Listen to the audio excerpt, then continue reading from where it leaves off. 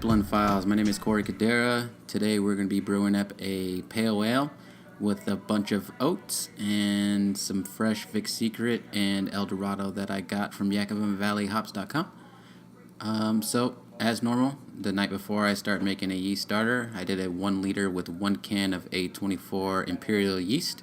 I used this on my last batch, and so far I really like the characteristics that it's given.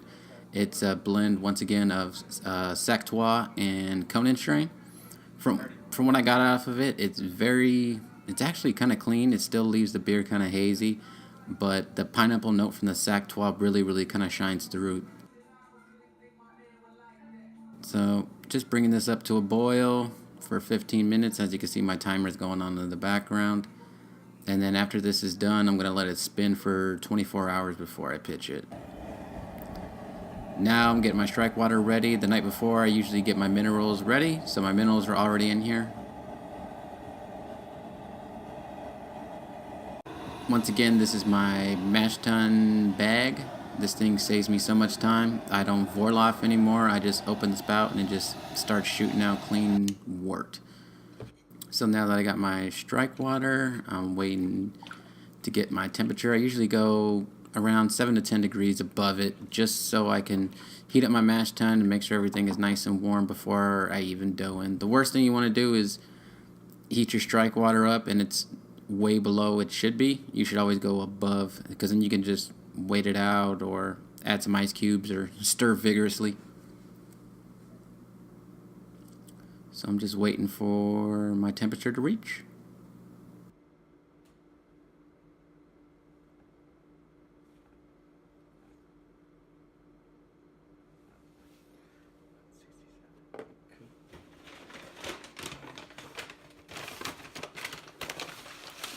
Once my temperature is reached, I'll go ahead and start doughing in. Once again, I am by myself on this one. Usually I have my girlfriend to help. But this one wasn't actually that heavy. I think it was only 82% two-row and 18% flaked oats. So really heavy on the oats. I read a few places that basically not to go over 18% unless you're doing oat malt. Then you can really push it. But after a while, the flaked oats kind of get gummy and kind of hammy. So make sure you really mix this one fairly good, because the oats they really stick, and they'll find like little crevices inside your mash tun and just kind of stick there. So you want to really mix it good. Once my mash temperature is exactly where I want it, at this one it is 151.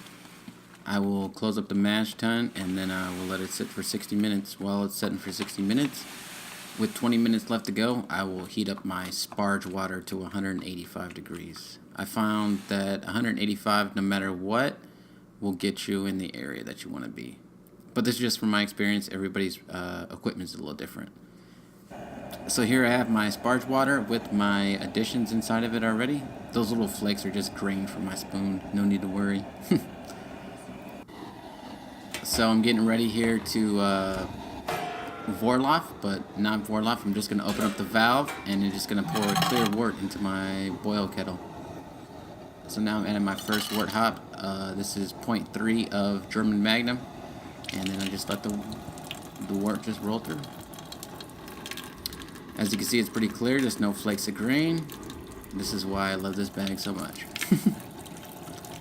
When I started brewing earlier on, there's 2 mills at my actual brew store, and one of the mills actually gives it a little bit finer crush, and I didn't know that at first. So sometimes I would mill with that mill, and then as soon as I started sparging, it would just get stuck. Or excuse me, stuck Vorloff.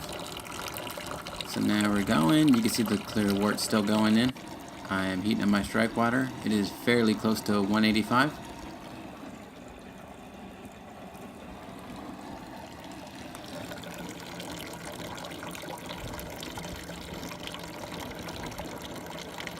So after everything's clean, I'm going to bring up volume of wort to boil. This is 7 gallons overall. I'm going to be taking it into my fermenter. And as you can see, we're starting to get some movement, but we're still early on in the boil. And this is going to be a 60-minute boil and a 20-minute hop stand.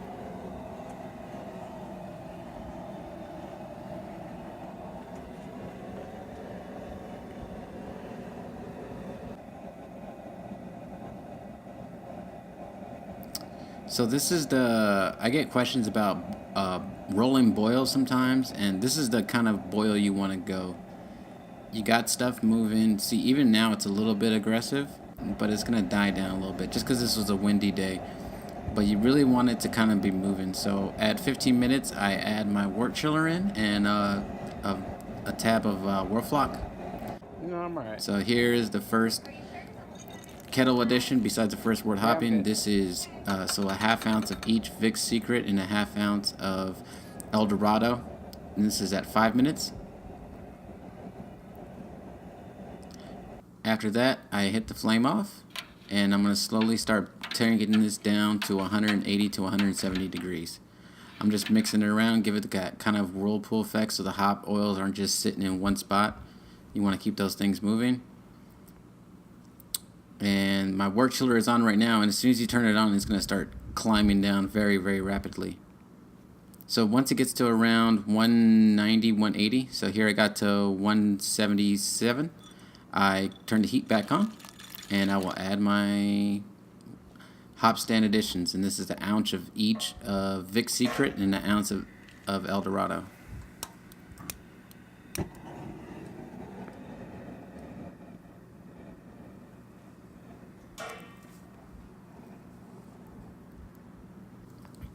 So after 20 minutes, it went down to 120. I actually started running out of propane at this point, so luckily it was only at 15 minutes into the hop stand, so the last 5 minutes kind of was just holding its own temperature at that point, which my system actually held pretty good.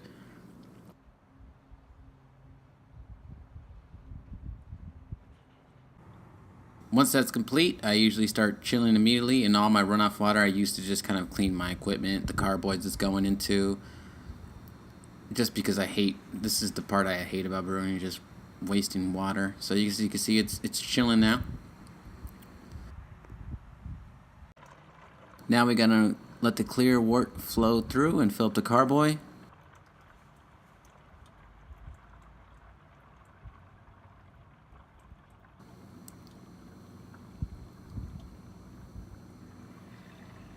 The crazy thing about this beer, like after it was done, man, it was so red, and I don't know why.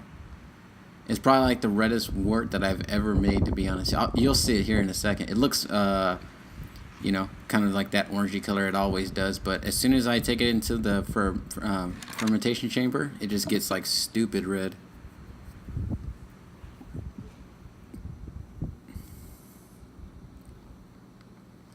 So I'm just letting it drain out. I don't really care how much trub gets in this, really. Some trub is good. So I let it kind of slowly fill. You can see with my kettle right here, there's like a little pocket that keeps most of the trub out. As you can see, I'm already reached my OG, 1051. And see how red this thing is? I've never seen that before. It's so red. After it is down to pitching temperatures, I will take it out the fermentation chamber again, just because my water here in California won't get as cool as it needs to be. So I'll let it sit in the chamber for probably about 45 minutes, and it'll be down to where it needs to be. So I just shake it and give it a bunch of oxygen. And then, sorry about this video, it's a little sideways. My girlfriend was shooting it, and she was doing homework. So once it's ready and you load it with oxygen around 1 to 2 minutes, I couldn't find my magnet this time, so I just brought my whole yeast stir plate with me just to hold the stir bar in place and just pitch my yeast.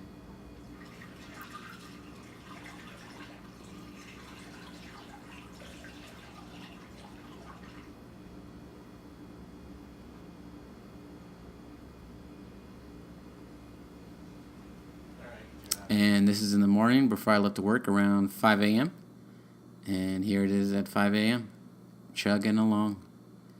After 2 days of primary fermentation, you're going to get like a big krausen. And once it starts to die down, for these New England style kind of pale ales, you want to start dry hopping half of what you're going to do to achieve biotransformation, what they call it. So usually I'll just wait for, you'll see your carboy, and there'll be a big old krausen level, and once it starts to drop down from where it initially made its highest peak, that's when I like to add the biotransformation dry hop. So this is an ounce, 0.125 each of El Dorado and Vic's Secret.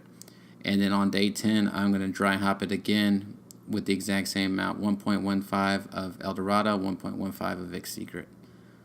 Thank you for watching the Lupulin Files.